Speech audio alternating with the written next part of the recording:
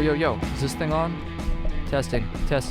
Welcome back, everybody. Welcome back to Trail Tales. My name is Kyle O'Grady. I am a thru hiker. I am a peak bagger. I am a huge hiking nerd, and every single week on this podcast, I chat with other thru hikers and other peak baggers and other hiking nerds about their experiences on the trail. Damn, it felt good to say that. It's been a long time, folks. On this first episode back, I interview Flossy. Flossy and I attempted to thru hike the PCT this year, the Pacific Crest Trail. We hiked a good chunk of it, around 2,200 miles, but things didn't really go according to plan. Those of you that watch the videos on YouTube, you might feel like Flossy abruptly left the PCT towards the end when we were in Washington, and he explained it a little bit, but the truth is, the story goes much deeper than what was shown on camera, and in this episode, we talk all about that. We talk about why he left. We talk about all the circumstances leading up to his departure on the PCT, and then at the end, Flossy and I tell a story, or part of a story actually, because we couldn't even finish it, so we're going to have to finish the story, part 2, in a future episode, but we tell the first part of a story of what was probably the most difficult and crazy thru hiking experience that I've ever had on any trail at all. It was amazing. Guys, I'm so excited to be back. I hope you enjoy this episode, and if you did, please send me an email, trailtalespod@gmail.com. You can also send me a message on Instagram @KyleHatesHiking. Just say what's up. Let me know if you have any ideas for the show, any guests, and I'm just excited to be back. I'm grateful for everybody who's listening, and yeah, enjoy this episode.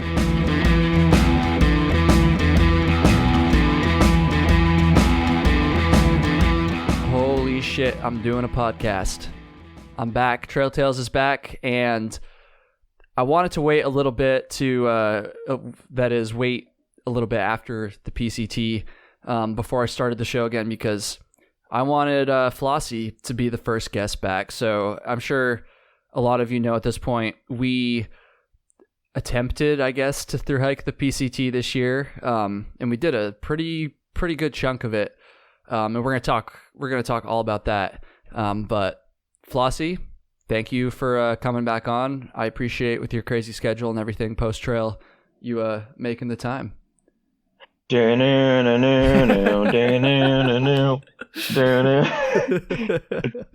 figured we just started off with that. Oh God!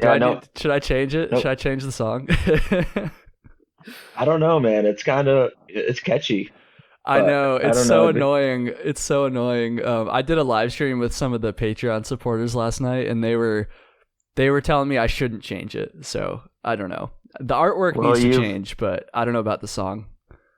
Yeah, I think maybe definitely change the artwork, but I don't know.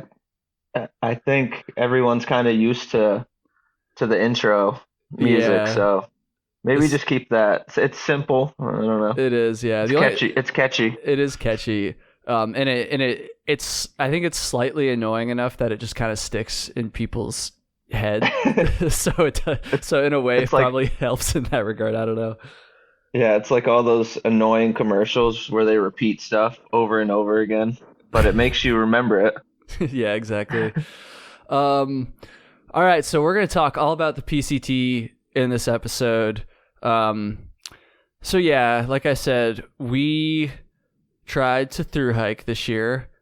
We did, honestly, I can't even remember the exact number of miles. I've been just saying 2,200, which is how I think around the amount that I did.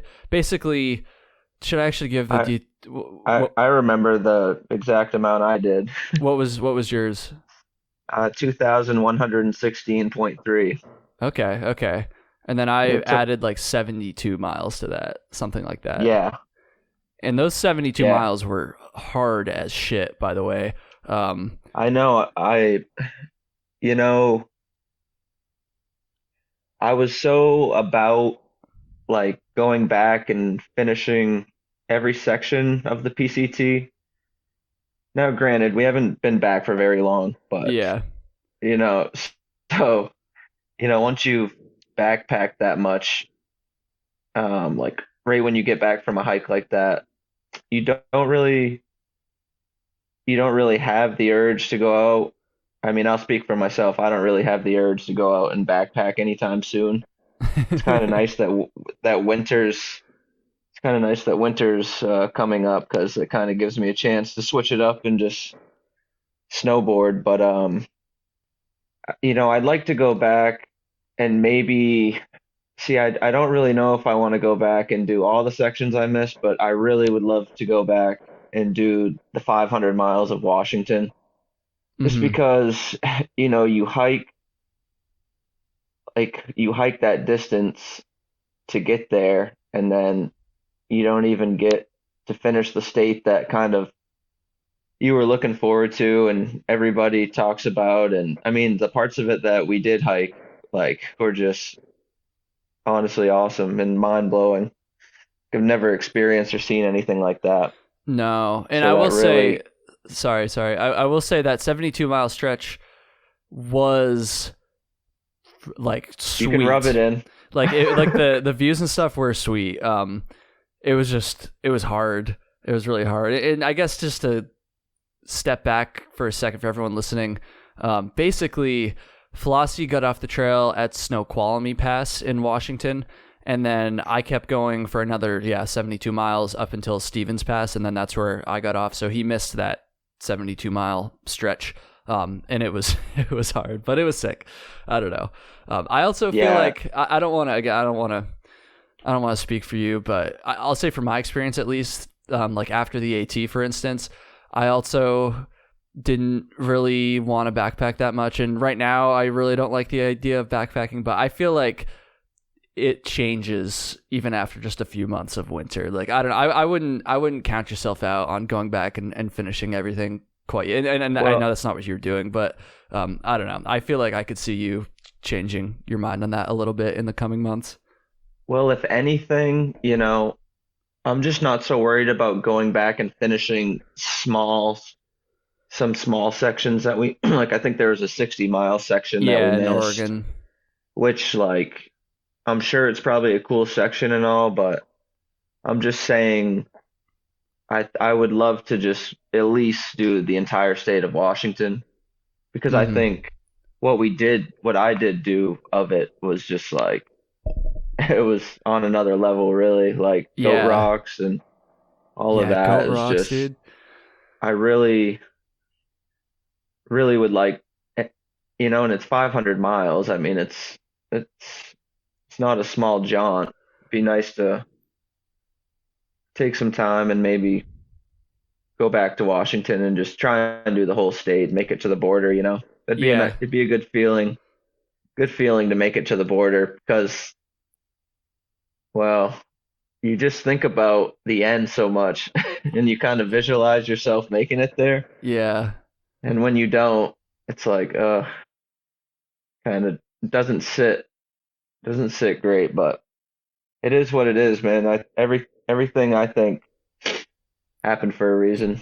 I think so. I think so, man. And like, um, yeah, we're gonna back up here, everybody, and kind of give the full story in a second. But since we're talking about the end already, it was so anticlimactic compared to the AT. Like, there was Yeah. no, there was.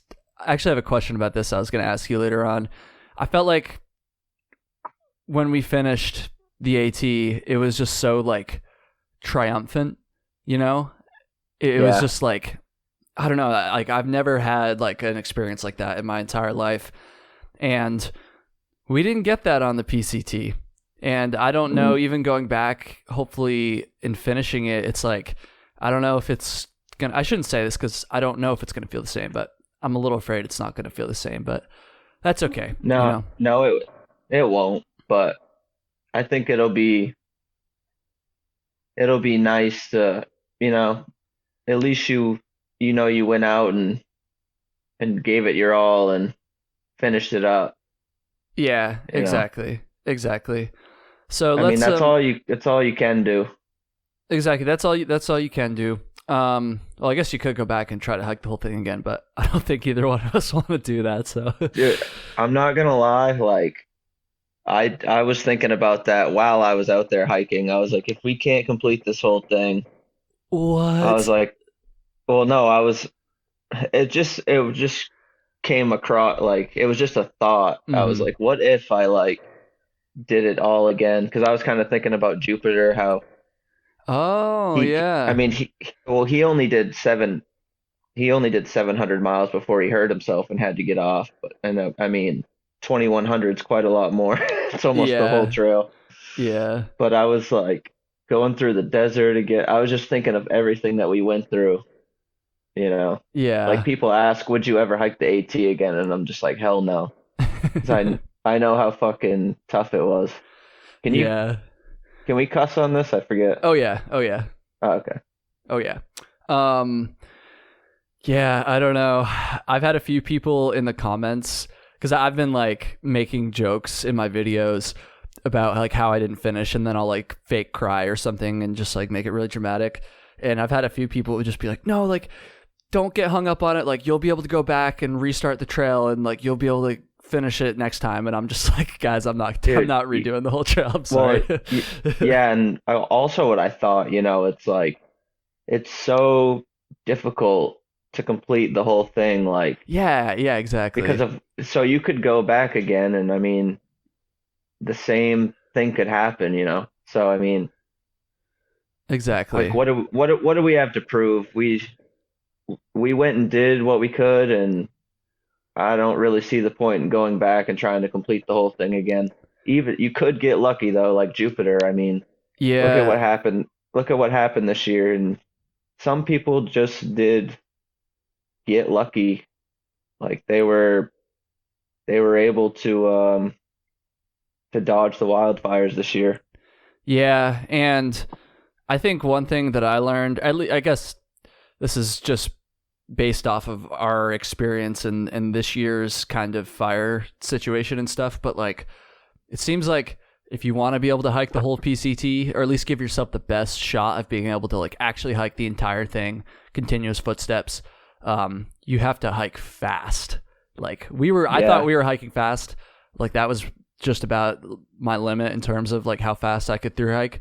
But like you have to hike faster than that. Like you have to just go quick and also get lucky. But you can kind of set yourself up for a better chance of success, I think, by just going fast and getting through before the fires start. And I don't know. Yeah, it definitely takes some luck too. But let's step back for a second. I think one thing that a lot of people are probably wondering, and by the way, for those listening, if you guys didn't watch the YouTube videos, or you're not familiar or aware, we posted, I think it was 16 at least videos from our hike. I mean, we filmed the entire thing, and you know, I can't explain every little detail that happens because it was just so much. But one thing that a lot of people have been commenting, or not like a lot of people, but a number of people have been commenting and messaging me about is, and honestly, I'm sure, Flossy, you've probably gotten some messages about it too. People have been wondering what happened, why, well, they know why you got off the trail, but like, I guess more details about it and some of that stuff. And so I kind of want to step back and just kind of walk through what happened there. So can you start like even back in the desert? Because I feel like for the first half, if not even more, you were going strong. Like I felt like at the beginning, especially, I felt like I was holding you back a little bit, to be honest. And yeah, can you just kind of step back, talk about the desert, I guess, and then we'll kind of lead that into when things kind of started to change for you, and then ultimately like what happened and why you got off the trail. yeah, it is kind of funny how the roles changed a little bit Yeah, from the beginning to the end. yeah, But yeah, I mean, I definitely started off. I think the prep that I did leading up to the PCT helped me out a lot at the beginning. Just staying active, staying in the gym, completing a through hike before, understanding what it takes, knowing, physically where I needed to be. thinking that I knew the mental what the mental would bring, but having no idea what really was in store for me. But yeah, I'd say I started out pretty strong in the first 700 I miles. think you did. I definitely And think you I did. and I mean, I thought that would be like the most difficult part, honestly. I I know, think I we did both, too. Like I remember so many conversations we had. We were just like, man, we just got to make it out of the desert. Like once we make it out of the desert, like we're set. Like I think we both went into it with this idea that, and that's not to say the desert was easy. It definitely wasn't. But I think we both just went into this hike with the idea that the desert was going to be like the biggest challenge, and then once we got through that, it would be, I don't want to say smooth sailing, but I feel like we didn't really think much beyond the desert. To be honest, would you agree with that? yeah, I'd agree. I don't think I did the research I should have done. Like, yeah, you can watch, like, we watched some vlogs and stuff, but I guess, like, the out west is a much bigger animal than on the East Coast. I'm just saying elevation wise, on the PCT, you just go through so many changes, you know, weather wise, terrain wise. But Mm-hmm. I'd say the complications for me all started on Mount Whitney, not gonna lie. I think that's where things kind of took a turn for me a little bit Mm-hmm. because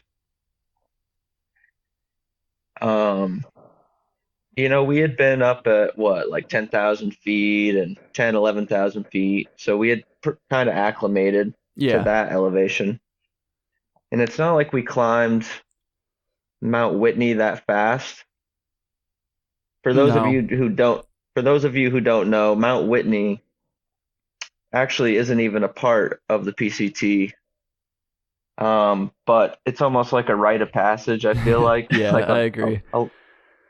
like before we even started, I was like, I want to do Whitney. Like we're right there. Like we might as well just do Whitney. But it is 14,505 feet, I believe. So it's the tallest mountain in the contiguous 48. Yep. Anyways, I think that's where I got my first taste of like what like these mountains can be no joke, you Mm-hmm. know? Mm-hmm.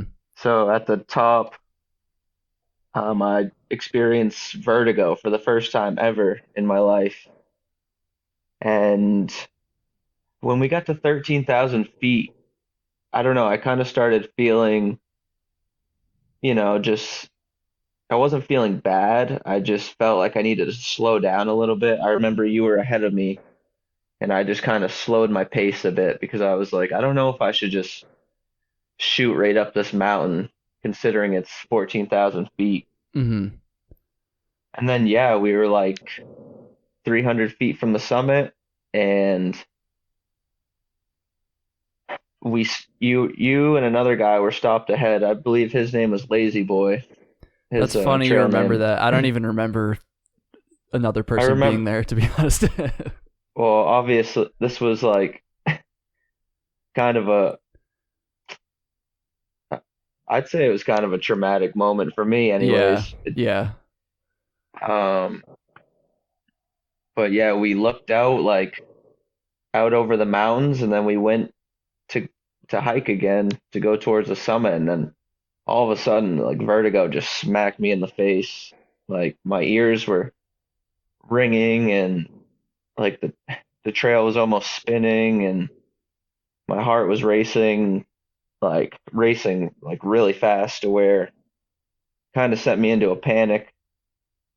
And luckily you were there because I don't know if I would have summited, but you calmed me down and said, "Look, no, don't," because at first I wanted to kind of hike back down a little bit Mm-hmm. because it completely caught me off guard. Like I did not think I was going to experience that. Never have experienced it, and it was a scary moment. It was definitely one of the scariest moments if not the scariest I've had hiking. Yeah, I could Um, see it on your face. I could tell that it was not good. because I knew it was vertigo, but I just didn't know how bad like the elevation sickness was. I Hmm. didn't know. I guess I didn't do much research on elevation sickness either, so I figured going down would be the best bet. But, I sat there, got my heart rate calmed down, and we ended up we summited. Um, and even though that was a scary moment for me, it also kind of built my confidence a little bit because I was like, "Whew!" Like it was like when we got down from Whitney, it was kind of like almost a high for me because Yeah, I was like, "Holy cow!" I think if you remember, we sat by that water source and I made a video kind of yeah. just explaining what had happened, and I was Hmm. just felt like I was just I don't know, I was thankful that it wasn't worse. And yeah, that kind of I think that just kind of put into my head that, you know, even though this is hiking, like I've never been out west before and these mountains can be no joke. Didn't know. I didn't think the elevation was going to affect me like that. Um, and so really from that moment on, kind of had that the feeling I had on top of Whitney kind of stuck with me throughout the rest of the trail. Did you ever experience it that bad again after Whitney? I was having, see, I don't know if this like just triggered something in my brain, like a panic response or something like I never experienced anything. I never experienced vertigo again. I don't think so, anyways. Hmm. But there were times that I think I would just be so much in my head going up over other high peaks, like Forester Pass, for instance. Another thing that was in my head going over Forester Pass was unfortunately, that the girl had passed away earlier that year, Oh yeah, I forgot about that. Yeah, I didn't even which think is about that at the something time. I see. You weren't thinking about it, but that was like on my mind after what had just happened, after Whitney, and like I was thinking about that, and it really was just in my head a lot. Hmm. I think that was a lot of my problem was just kind of convincing myself that something bad might happen on Hmm. top of one of those high peaks that honestly it kind of made me panic, kind Yeah. of gave me small panic attacks every now and again, which I've experienced before, so I'm no stranger to those. But yeah, Whitney just kind of it was weird because I'd make it over the high peak, I'd be filled kind of with a sense of accomplishment, like Yeah, I remember you were because buzzing on a few of those passes. Like, I'm trying to. I can't remember. Honestly, Forester Pass is the only one I actually like remember the name of. But I remember there was one time where we got to the top of one. This was probably like a few days after we did Whitney, like the next resupply, and I could see going up. It kind of looked like you were, a little bit anxious. And then when you got to the top, you were just like, "Fuck yeah, boys!" And I was like, "Okay, that's good." Like I could and really see that sense of accomplishment like coming across. and after that pass, like I was good to go. Like we had Mirror Pass that was like 10,000 feet or something like that. Um, and I felt more comfortable. Something changed after that pass. I don't know what it was. After Forrester? Yeah, after Forrester. Well, could it have been the And fact that Forrester was the highest point that we were gonna be at from then on? I don't know. yes, probably. And that's what I'm saying. I think I was just after Whitney, it kind of scared me so much that really on all those other high passes, I was just in my head a lot. And I Hmm. was I was really just I was psyching myself out. guess you could say. Yeah. Yeah. And it's also like we're in a different territory. I've never been there before. I've never been at that elevation, and a combination of things. Um, but yeah, that's basically where it started. Hmm. And And then, then oh, sorry. I was just saying, once we got out of the Sierras, it was pretty smooth sailing for me. Up until 1500 mile mark. So I'm trying to remember exactly when kind of things started to go wrong again. Where were we? I can't even remember. Um, it was right before. Uh, Okay, so Luke, when did oh, Luke, when did yeah. Luke It meet up with was us? it was Luke came in Chester, California, right? So that's solidly NorCal at that point. I'm Ver- pulling up So the maps right now. so so we were headed into Bernie. It was the Yes. stretch into Oh yeah, no Bernie. shit. How could I forget about that? Okay, yeah, talk about that. That day was fucked. So this is where it all started again. I don't know. It was like 100 and what? It got up to like 110 degrees, I guess we found out that Yeah, day. it did. I'm trying to remember the name of this because this stretch of trail was like kind of infamous to. Was it the Basin? It Something was Basin? I might be making that honestly, up. I forget, but it was probably one of the worst sections you could hike through on a 110-degree Oh, day. Hat Creek Rim. That's what it was. I'm looking at it on Is Google it? Maps. Yeah, So for those listening that aren't familiar, there's this section which I knew nothing about before the PCT. I Before we didn't were know either. literally balls deep in it. It's from Old Station, California to Bernie, California, and I want to say it was maybe like I don't remember exactly, maybe like a 30-mile stretch or something like that. Was that? Yeah. And so Luke, our friend Luke, who was editing the PCT videos, he flew out to California to come join us for a few days. And so he wasn't in like, he is a thru hiker, but he wasn't in like thru hiking shape like we were at that point. And so he hiked with us for like 2 days, and then we got to Old Station. And the plan originally was for him to continue on all the way until Bernie, that next, like, again, I don't remember exactly. I want to say like 30 miles.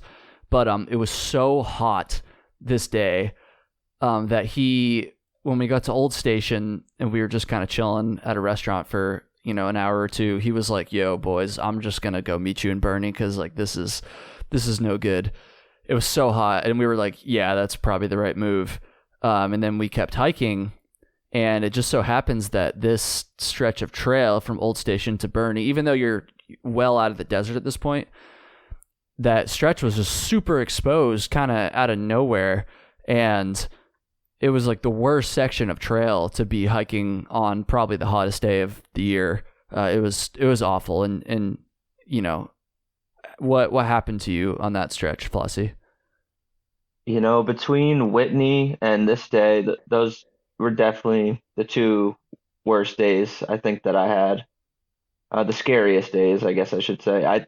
This one probably tops Whitney though. Um, yeah, so we left that diner that morning. I remember we went to the gas station next door and pounded a Gatorade, Yeah, yeah. and then I mean the first kind of stretch out of there was uphill.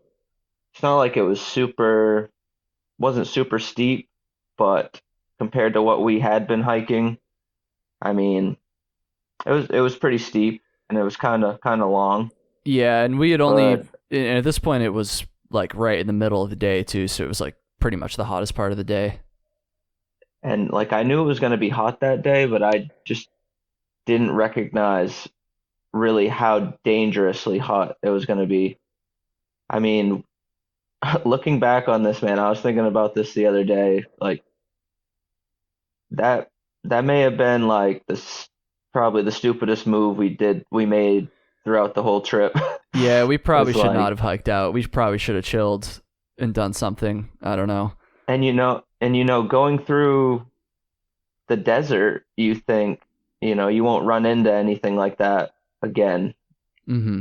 And so maybe we were just a little bit naive about it. I think so. I think we were. And, And to be fair, we also and didn't know that that stretch of trail was going to be as exposed as it was too. I still would have been bad, even if it had been forested, but it definitely did not help the fact that it was so hot, and then also there was no shade. We were just getting beat down by the sun. I know I fared better than you did that day, but I still felt awful that day. I was still hiking really slow. I took a ton of breaks.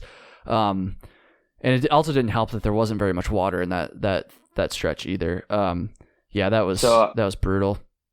I'll get to what happened. So yeah, I was hiking up this hill, and I was going pretty fast, and out of nowhere I just I almost fainted. Definitely almost like my eyesight started closing in a little bit, Oof. and I remember you were right behind me, and I was like, dude, like I almost like this feeling is not like my heart started racing again like it did on Whitney.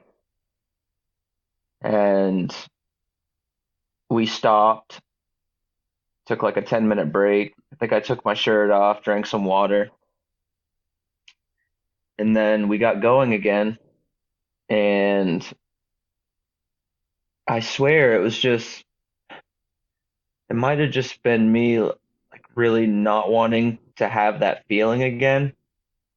It was just in my head so much that it was just causing like anxiety or like panic Mm-hmm. for some reason. I mean, also it was 110 degrees out, but I just kept having to stop.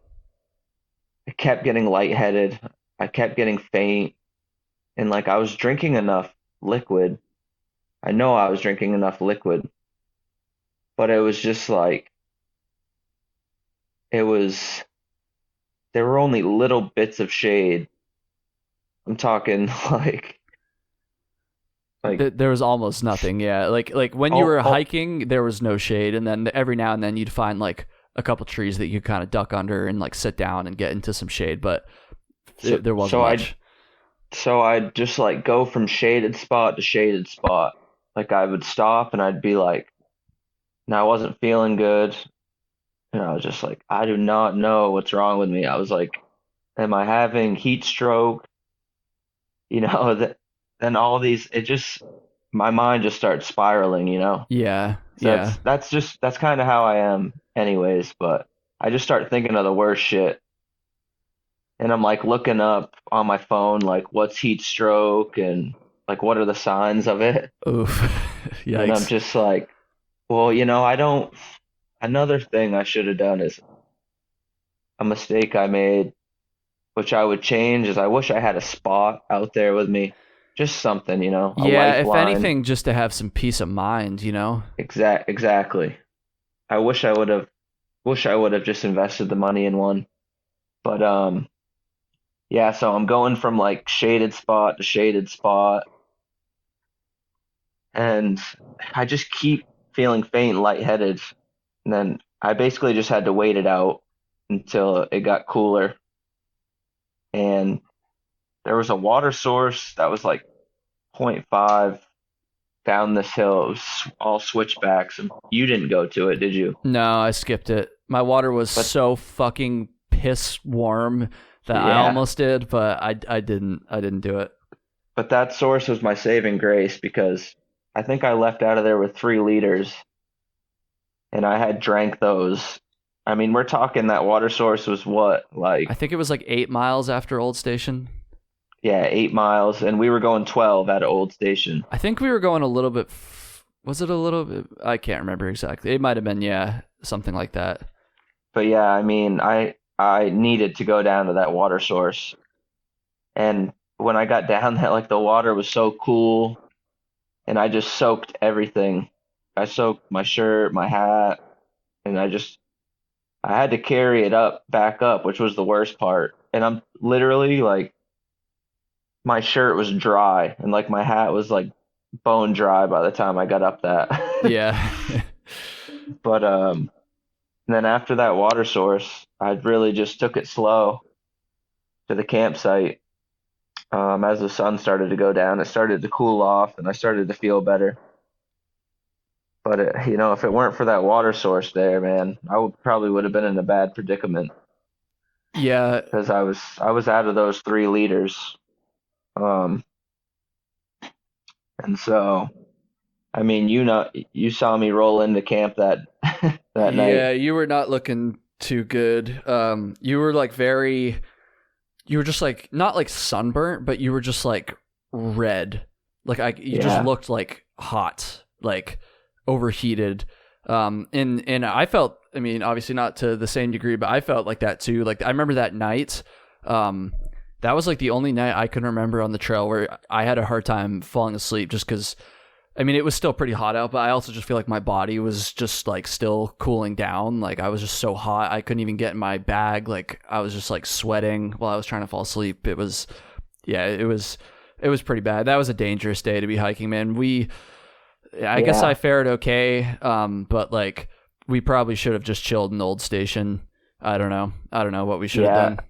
Another thing that got to me is like people who this is just the through hiker in me, but people that just don't wouldn't normally pass me were like passing by, and I was just like, fuck, Yeah, that doesn't feel you good. know, and I was just like, what is going on with me? Like, I'm not usually like this, and like the heat usually doesn't affect me this way, but I will, everybody who passed me, like they saw that I wasn't doing that great, and they all asked, they all were trying to give a helping hand, Hmm. and asking me if I was all right and if I needed anything, and so that made me feel a lot better. But I knew how many people were behind us, and when the last person passed me, I was like, all right, nobody else is coming, so Ooh, yeah, you, that could be a little I, sketch. yeah, I was like, all right, you got to make it to camp. There's no choice. Hmm. So At least you had cell service. I remember because yeah. I went up ahead of Flossy, which in hindsight maybe wasn't the best idea, but um, Also, there was trail magic that day, which helped out too. yeah, that was like what maybe like a mile or two, maybe a little bit further after we left Old Station, um, and that did help. I drank like a liter and a half of water at that trail magic just to get some extra. I think I probably would have had to go down to that water source if I hadn't had the trail magic. That definitely helped out a little bit. Yeah. But that was still earlier in the day. I think if I recall, that was after you had your initial like little heat episode there, but it was still like a ways before we got to camp. Yeah. Yeah. Um, Yeah, that was a scary day for me. so then how do you think, if at all, that affected you going forward, like after, like in the days afterwards? Because from my perspective, I do kind of think that is the day that things like kind of Yeah, changed. yeah, that was the day that I don't to this day, man, I still don't know. I'm trying to figure that out. I did go to a physical therapist to check for vertigo, and I don't have that, which I didn't think I had vertigo. I did through some portions of the trail, but towards the end, I was like, yeah, it's not vertigo. The past month, I've been wearing a heart monitor. So basically, my doctor's just trying to rule any big things out, see if it Hmm. has anything to do with my heart. But honestly, it could just be anxiety. Not gonna lie. I mean, I think maybe just all of those things that happened to me combined with, money getting taken from me and Oh yeah, I was just gonna say there's some other kind of things in your personal life. We don't have to go into all that stuff, obviously, but there was other things too besides just like the physical stuff. I think it was a lot of things added together. It was all of those things that happened to me starting at Whitney. It was maybe being in a new place, being away from family, elevation. I think it was just a lot of that caused me to have quite a bit of anxiety. I mean, you could tell towards the end, I'm not gonna lie, I was breaking down at the end. Um, and I think, maybe it was just kind of like I was just in a panic and didn't really know what to do. Maybe that was causing the dizziness, and Mm-hmm. that was causing me to feel off balance for the rest of the trail. Just me being in my own head. I don't really know, and I'm trying to figure it out, but hopefully I can come up with something because towards kind of was I'm not gonna lie, it was a little bit of a traumatic experience for me. I know it's just hiking, but just the things that happened to me really kind of freaked me out a little bit. Mm-hmm. And I want to continue to I want to continue to hike and because I love it. So I don't want what happened out there to affect future hikes. Yeah. So Yeah. I'm really just trying to get down to the bottom of it and just, figure it out. I mean, my whole life I've had issues with like anxiety and panic attacks. So I think maybe it just kind of got a little heightened out there. Mm-hmm. Um, And it makes sense so because there's you're beating the shit out of yourself every single day. There's a lot of pressure that I think we put on ourselves to finish the whole trail. I guess there's the whole like video aspect of it. Although to be honest with you, I won't speak for yourself, but for me anyways, I didn't really feel like there was that affected me too much because every other hike we've done before all the videos and all the followers and all this stuff, I feel like we still were like pretty gung ho to like finish the whole trail and like succeed. And I still feel like we put a lot of pressure on ourselves. But anyways, it's like there's just a lot of other things that go into it too that kind of magnify the pressure, I think. So again, I don't know what it is either, but I don't know, just based off of what I saw, I think that the anxiety thing is a likely or at least a plausible explanation, I think so too. And looking back on it, I really think that's probably what was causing it all. I think I was just after all those things that happened, and I really was like this wasn't in my head. Like I was waking up dizzy, like super dizzy. Um, I do think that anxiety played a huge role in what was going on, and just by the time Snoqualmie came, I just had had enough, Yeah. and I was tired of being fearful every day to wake up and and hike because I didn't know what might happen to me. Mm-hmm. And a lot of that had to do with me just being in my head, probably Yeah. thinking the worst, which like this is the PCT is completely different from the AT, but I didn't have any of that on the AT. I mean, don't get me wrong, I had times that were tough and Yeah. difficult out there, but I never really experienced this at all. So this was kind of new to me. Mm-hmm. But I'm trying to figure it out. There's a Our bullet buddy Mullet Mike went through the same thing out on the AT, and he told me the two things that he regret was that he didn't get off sooner and that he didn't get the help he needed when he got home. So, I got off when maybe I did push it a little further than I should have, but I think I got off at the right time. And now that I'm back home, I'm really trying to figure it out Yeah, what went man. wrong. So, That's all you can do. And there's a couple other things I want to throw out there too to give some more context to what happened. So going back to that experience we were just talking about on Hat Creek Rim, where it was like really hot, and Flossy had this this really bad day. Honestly, it was one of my worst days on trail too, but it kind of pales in comparison, I think.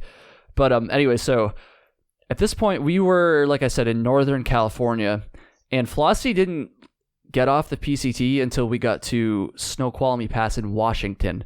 And so he kept going for a while after this. Just for those of you that aren't familiar with the PCT. So he didn't just have this bad day and then a few days later get off. Like, he kept going. I don't know the exact mileage off the top of my head, but he kept hiking for a huge chunk of the trail after this. And then also another thing that just kind of added to the bad timing is after that Hat Creek day, you know, the next day we woke up, we hiked, I don't remember, maybe like 10 miles into Bernie, and we took a 0. And when we were in Bernie, and we had continuous footsteps up until this point, and that was our goal going into the PCT, which might have been a little bit naive, and that's something I do kind of want to talk about, something I've talked about in some videos since then. But we had continuous footsteps up to this point. That was our goal. That was very important to us right from the beginning.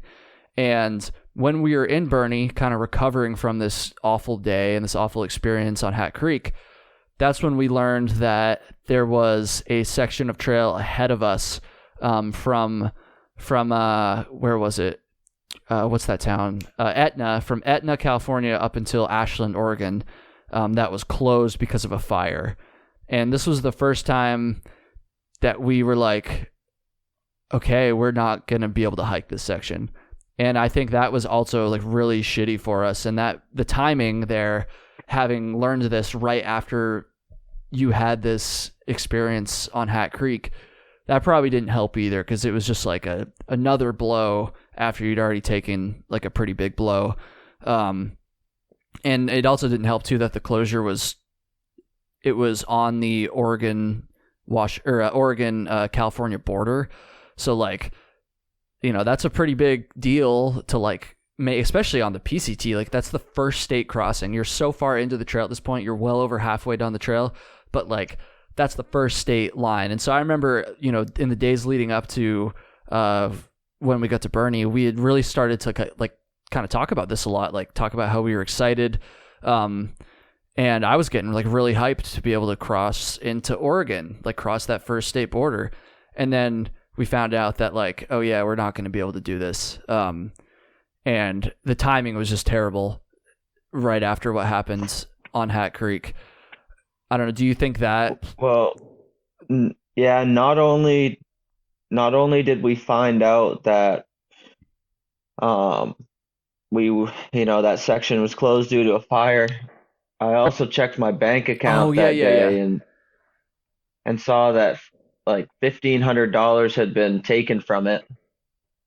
And then the next day I checked it again and another 1,500 had been taken from it.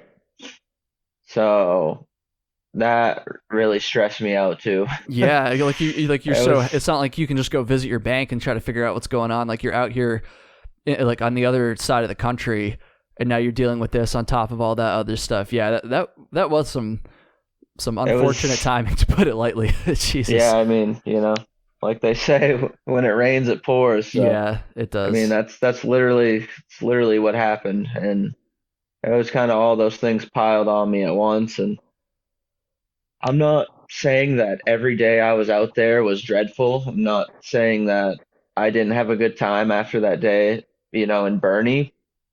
I'm just saying that the trail was a lot more difficult for me after that. It really seemed to me like something changed after that. Yeah. Yeah, and it, you've hiked with me more than anybody ever has, and obviously you could tell that something was not right.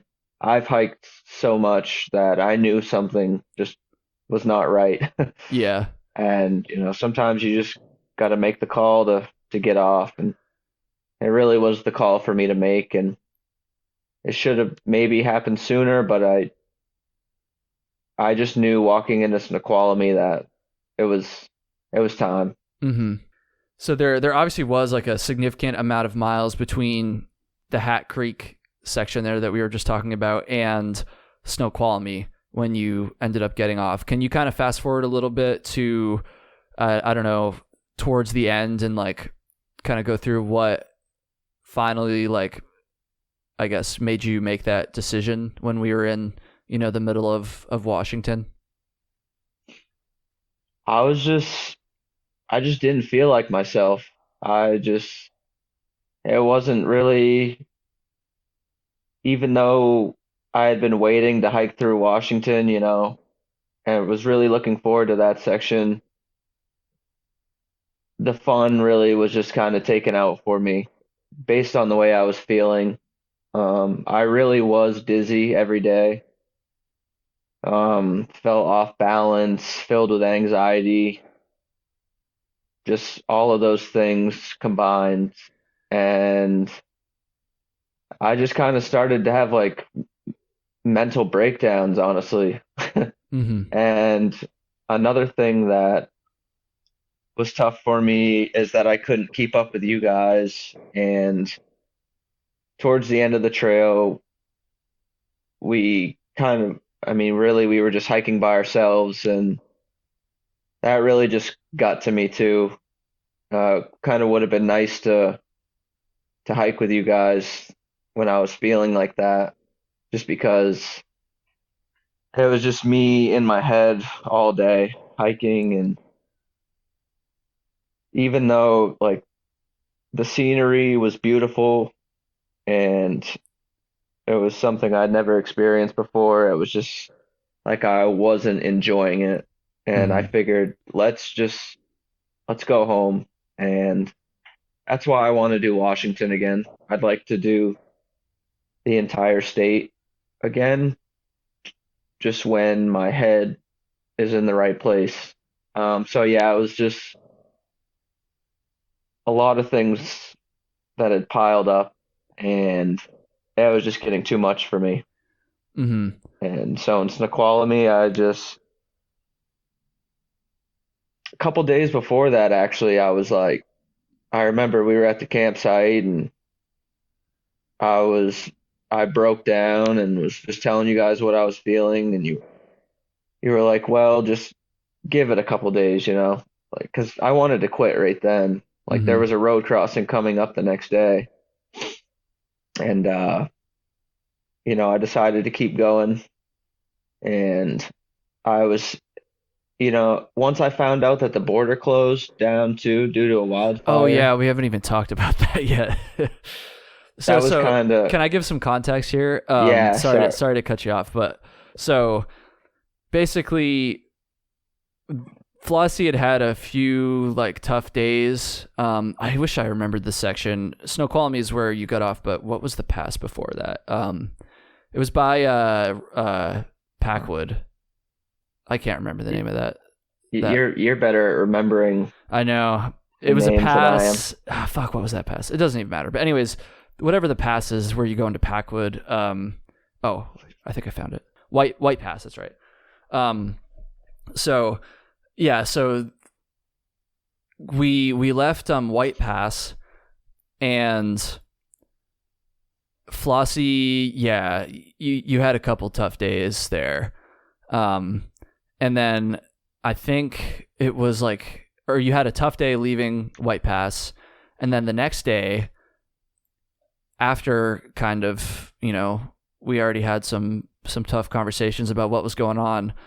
That's when we found out that the border, the Canadian border, the end of the PCT was closed because of a fire. And That was really, sorry, I don't want to oh cut you no, off, you're but good. That's pretty much all I was gonna say.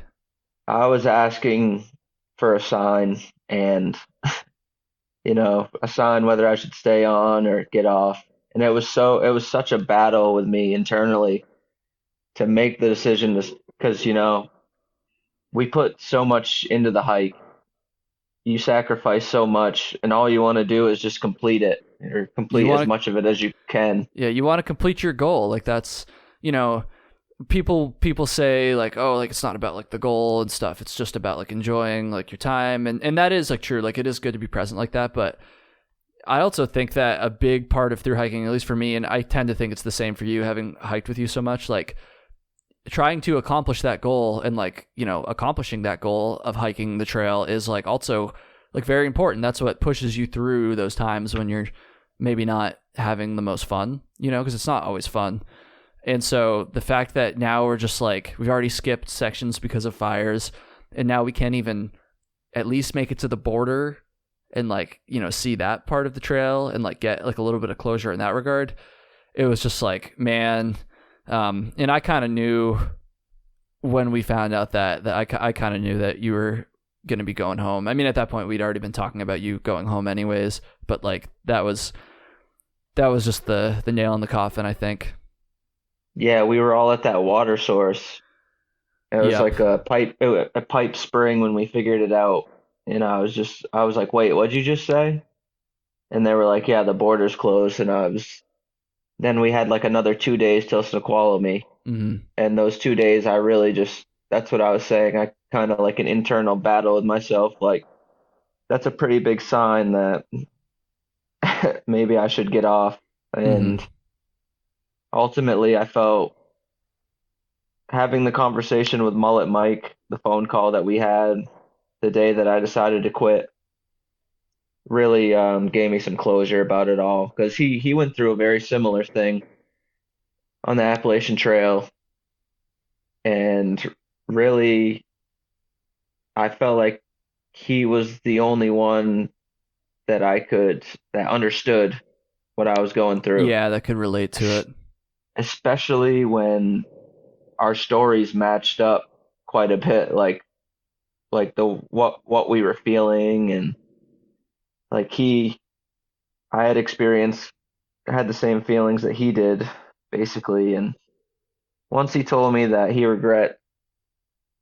had he regrets not getting off sooner, then I was like, yeah, I think it's time for me. And after that conversation, my mind was made up, and I just enjoyed the last little bit of time I had on the PCT in this Snoqualmie. So Hmm. kind of just reflected on everything, and I honestly was kind of nervous to tell you guys, even though you kind of knew, but I was just kind of, especially you, Nar. I mean, just because everything we'd been through and the Hmm. videos, it was just tough to tell you, but I think you already knew as I was walking up.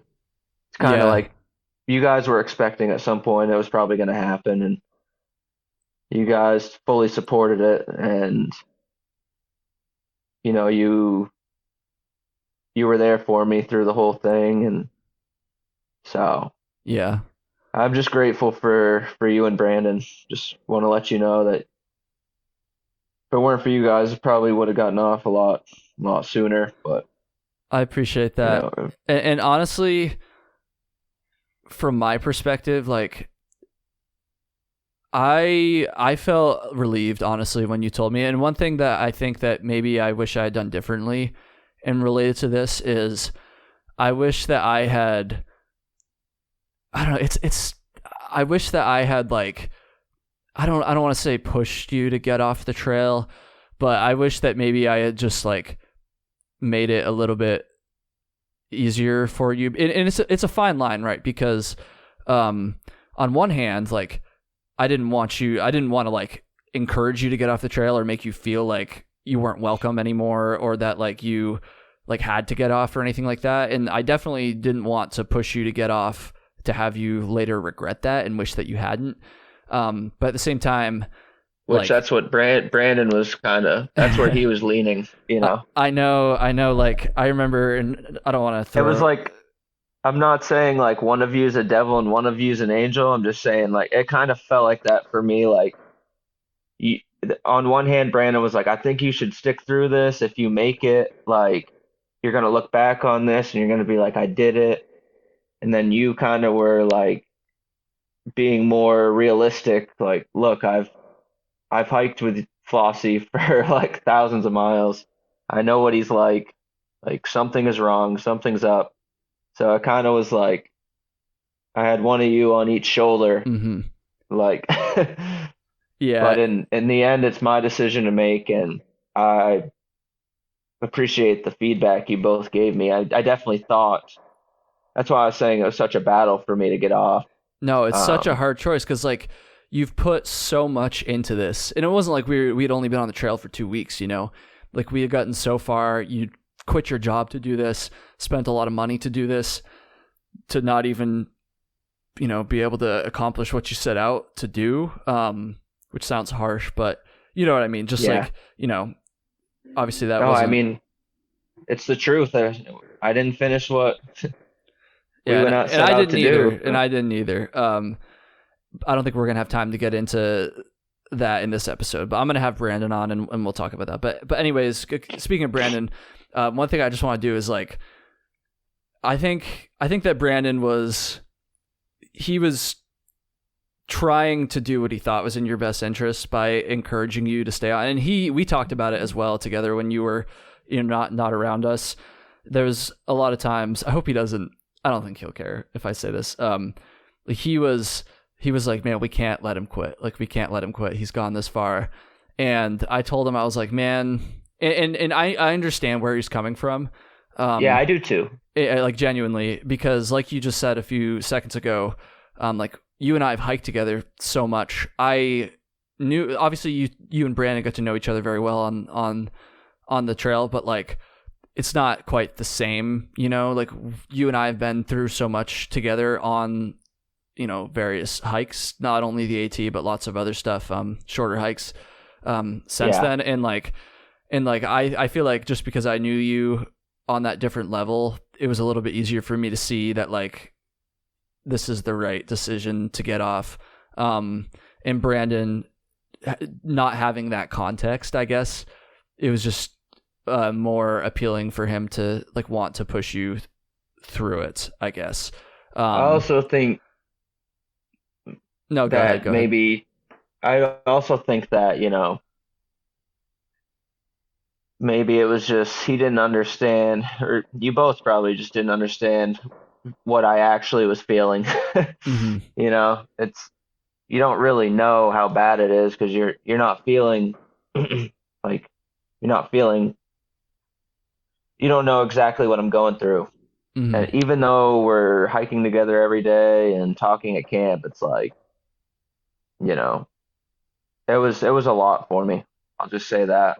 Yeah. And it was tough hiking alone too. Like, Man, you're making me that's feel what, bad. well, no, I'm just saying like that's what happens on a through hike. Like on the AT, it was rare for us all to hike together. Like people have different paces, people get going at different times. Mm-hmm. Mm-hmm.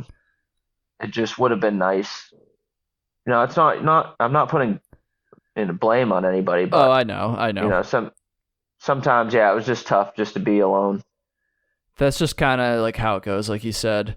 It really is. I mean, some it, people like to hike in groups and they do that, but I don't know. We've always just kind of done what we've wanted to do, and then we know that we're going to be at camp together at yeah. the end of the night. Yeah. Yeah, when you told me that you were going to get off at Snoqualmie, I was sad obviously, but I was kind of relieved too. And like I said, I think looking back on it, I wish I had, again, I don't want to say encouraged, because I didn't want you to feel like I didn't want you to be there anymore, but like I do wish that I maybe just made it a little bit more permissible, I guess, for lack of a better word anyways, to get off, because I do think that you probably should have gotten off a little bit sooner, but it happened. And I'm glad that you were able to explain this, because I think that a lot of this didn't really come across in the videos. And the reason was because I didn't feel comfortable, like, You didn't, feel like asking you to explain all this stuff, like in the midst of it happening, Yeah, Like I wasn't just gonna I shove the camera in your face when you were like struggling with these really difficult things and this really difficult decision of whether or not to get off. And so I think it might have been a little bit of a surprise for some people when you finally sat down and told people that you were getting off and stuff. But I don't know. I think people can also understand it's like this was a hard decision. Obviously, Flossy was going through a lot, and I wasn't, as his friend, like I wasn't gonna just, you know, take advantage of that for the, not even take advantage of it, but I just didn't feel comfortable like filming that stuff and even asking you to talk about it, honestly. yeah, no, I appreciate that because it was a lot, and I'm not gonna lie, I wasn't some days definitely probably wasn't in the mood to to talk about what was going on, but Yeah, exactly. I think it's it's good to be honest, and it's good to, you know, in the videos actually explain to people, like, I guess not sugarcoat anything, just wear your heart on your sleeve and be as honest and as real as you can, because that's life, and that's through hiking too. I mean, shit just doesn't always pan out the way you thought it was going to. Hmm. And maybe someone will watch the videos and maybe they'll, you know, do a little bit more research on through hiking and try to prepare themselves a little bit more. Maybe they can look at things that I did wrong out there and that they could improve on, you know. Exactly. Just kind of show people like what can happen to you mentally out there. And it's it sucks because, you know, I didn't think it was going to be a mental aspect that was going to take me out, but yeah, it kind of was a little bit of a reality check, I guess. But yeah, if anyone can watch the videos, and that's why I think we just try and be, you know, we joke and laugh and stuff in the videos a lot, but I think we tried to also keep it as genuine as possible. Hmm. And I think that only helps people out who may want to go out and try through hike that it's not always it's not always great times, you know. Exactly. And if And that's anything too, I think that there's probably some people that might hear this and also be able to relate to it themselves, like maybe someone who had to get off a trail, not even for a similar reason potentially, but just for any reason. I think it's, I don't know, I think it's relatable in that regard too, and I think there's definitely a lot of value here, and I appreciate you being willing to come on here, because like it takes some balls to come on here and explain like all this, like this is pretty personal stuff, and I really appreciate that you're not only it's not like you're doing this begrudgingly either, like you're down to like come on here and share this and see the value that it has for other people, and so yeah, I well, appreciate that. and the videos never had an influence on whether I was going to get off or not. Like I don't really care if people judge me or not. Like I just always wanted to be myself and really explain what I was going through, because I know that I just never wanted to sugarcoat anything, you know. I wanted it, if it can help somebody, then, you know, that's all I could ever ask for. Hmm. Just try to keep it real, you know. I mean, that's life. Exactly. And I will say the response was overwhelmingly positive on that video where you did get off. Like people were being really encouraging. It honestly it was like thank you so much to everyone who watches and everyone who left Yeah, nice comments. Like seriously, that actually meant like so much to me. Not that I was worried that the response would be different. I honestly wasn't, but like just seeing that, I don't know, it just it warmed my heart. And I say this sometimes, but and I really mean it. Like I have the best subscribers on YouTube. Like you guys were so encouraging, and I really appreciated that. And I imagine Flossie, you probably did as well. yeah, it was nice to read through all those, and it lifted me up when, because it was, you know, the hard times didn't stop, like immediately go away when I got home. You know, I Hmm. was felt kind of lost, because you just then we're really getting sappy on this one, It's aren't okay, we? man. It's okay. I'm glad we're finally getting this stuff out because I do feel like But a lot of stuff was left unsaid in the videos. yeah, I just kind of felt lost when I got home. Kind of felt without a purpose. I did feel a little depressed, not gonna lie, but just because I didn't know what was next. And I just had the PCT in my sights for so many years, and we just spent a lot of time preparing for it. That once it was over, and definitely didn't help the way it ended. But now I've found a job and have a kind of a normal routine again. So it's definitely I definitely feel a lot better.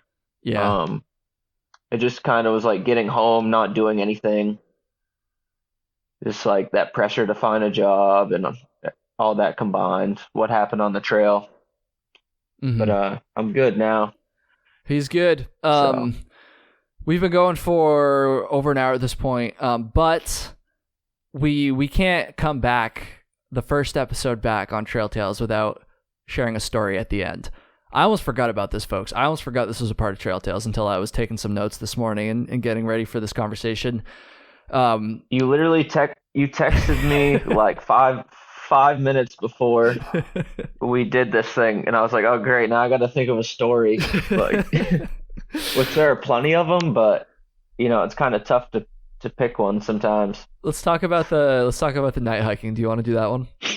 Yeah, we can do that one. Okay. So Um, end of the episode, we got to do a story at the end of every episode of Trail Tales, unless I forget, which I almost did, but I didn't. Here we are.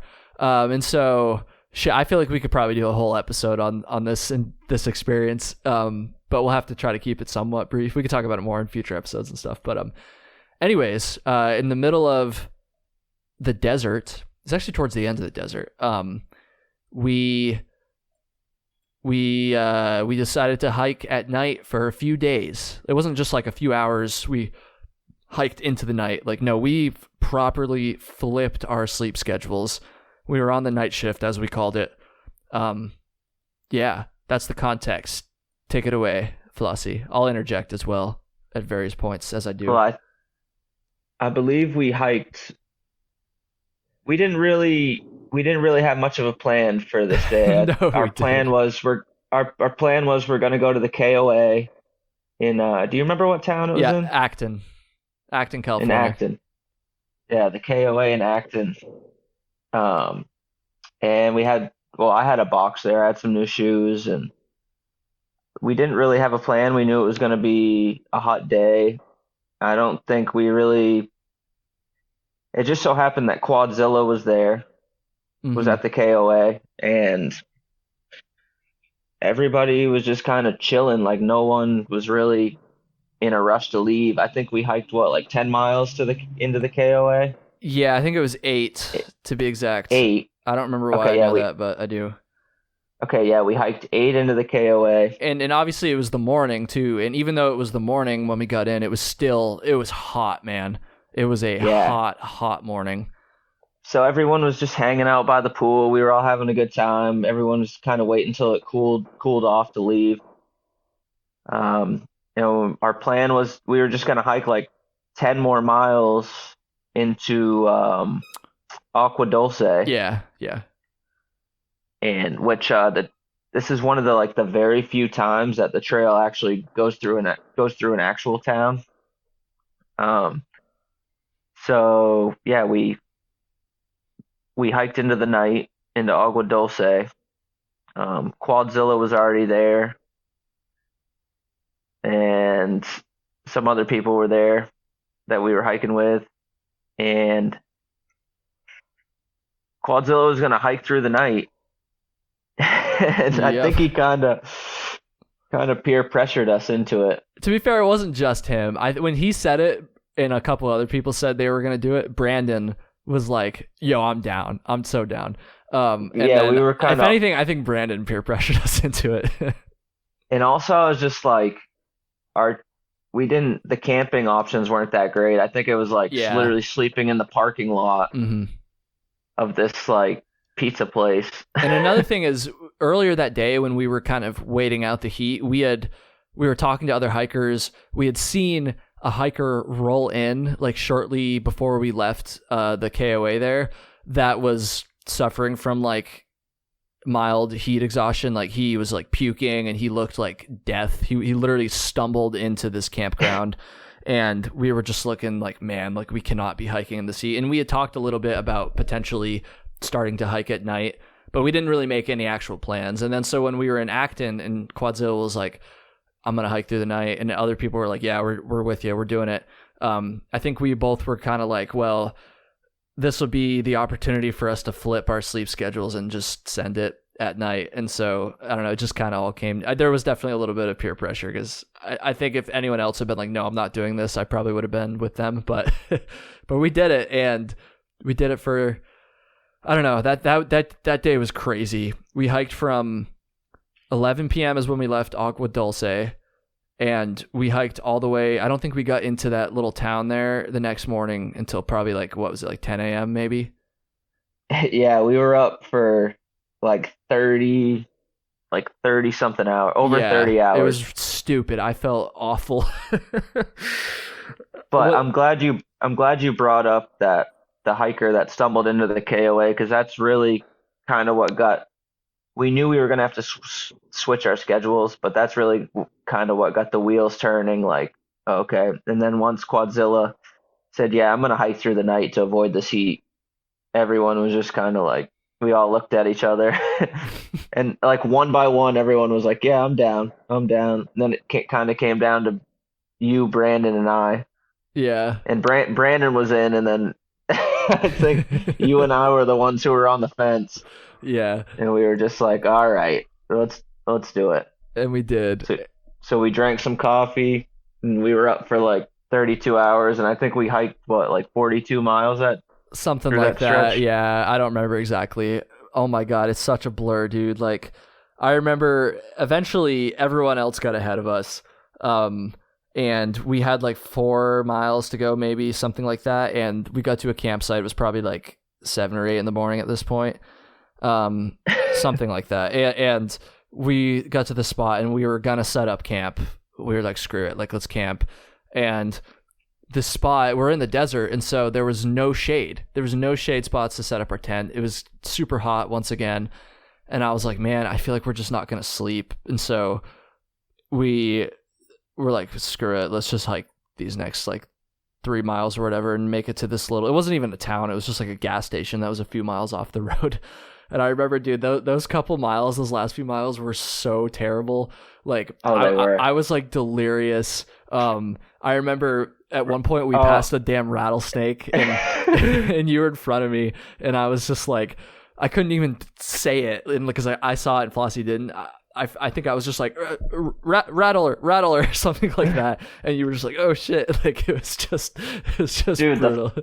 The funniest part about that is you were like, all right, we've got 3 miles to go, and you were like, we've got to try and stay alert because of snakes. Yeah, and like literally, I just walk by one, and you're like, dude, what the fuck?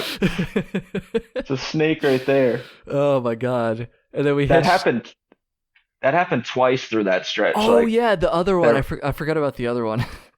There was just, that one was at night where just kind of nobody really cared. We just like hiked right by it. Literally, like it was Brandon and this other guy.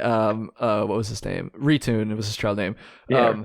Brandon and Retune were up ahead of us, and they were just on a mission. We were going uphill. At this point, we were probably only like an hour or two into the night hike, so we were all still like pretty like fresh and like pumped up, and like we're just crushing up this hill. Everyone's going super fast, and Brandon and Retune literally stepped right over this rattlesnake, and instead of like freaking out or doing anything else, they just turned around and they were just like, snake, and we were just like, what? Like, you guys are fucking insane.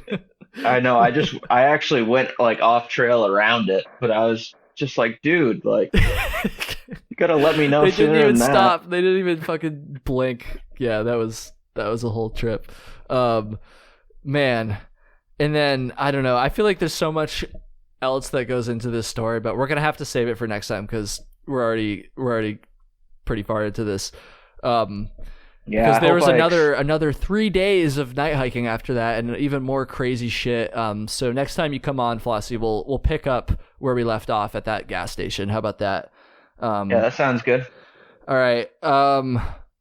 We're back, baby. Trail Tales is back, Flossie. Seriously, I really appreciate you coming on and being so open with all this stuff. Yeah, not a problem.